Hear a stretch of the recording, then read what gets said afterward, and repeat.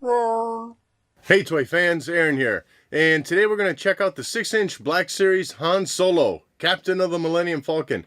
So let's head to that table and check them out. And first up, as always, we have a look here at Han Solo in the packaging. Man, does this guy come with a lot of accessories. He was released late 2013, I think, and even now, what are we, into 2017 now, and I don't think a Black Series figure has come with this many accessories yet. And Han Solo is number 8 in the lineup. As you can see, he's in that orange and black packaging. And on the backside, we have a brief write-up about Han Solo, along with a sketch of him sitting at his little table in the cantina.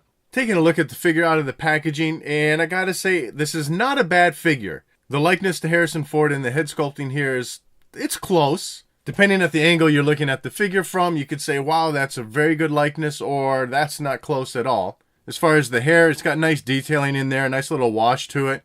But as for the rest of the figure, I think it's pretty spot on. I like the cream color of the shirt and also the styling of it with the collar up. Nice detailing with the wrinkles in it there.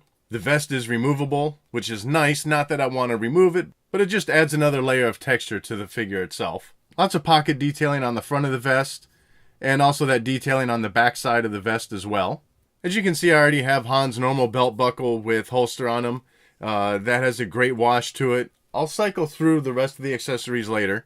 Underneath his utility belt, you can see that his belt buckle has some paint detailing in there, and some little fine details on the sculpting of that belt as well. But good paint job through the pants with the red along the side of the pant legs. And we're going to go ahead and take a look at the articulation of the figure. For the movement in the head, you get your usual side-to-side movement and your up and down. No problem with range of motion there.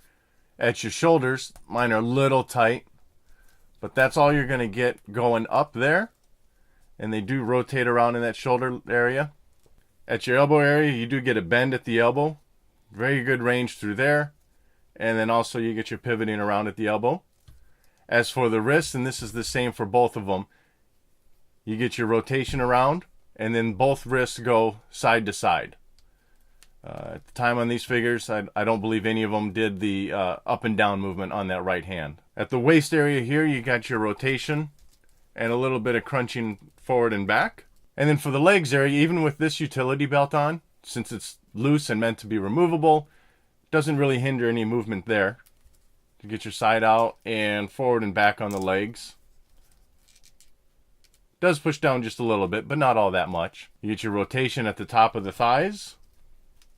And again, even with that utility belt on, you could still twist that around if you want. And then at the knee, it is double jointed. Again, no problems there. And then for the ankles, you get forward and back. And you get some rotation there at the pivot at the ankle.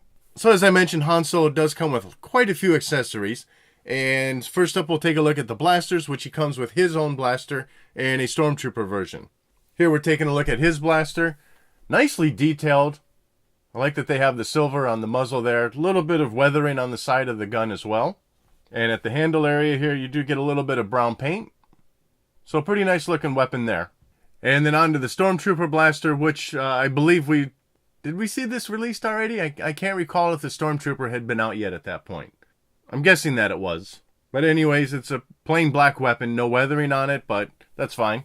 Next up are Han Solo's hands. You do have two sets of hands. First is this normal pair. His right hand has the trigger finger.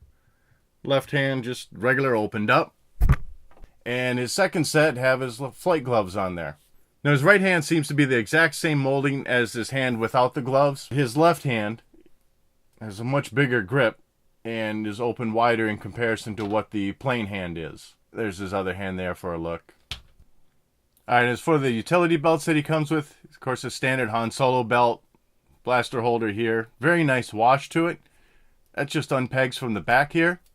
And then you work this bottom part of the holster down over the foot. And then he does come with the Stormtrooper utility belt with a little holster for the Stormtrooper blaster.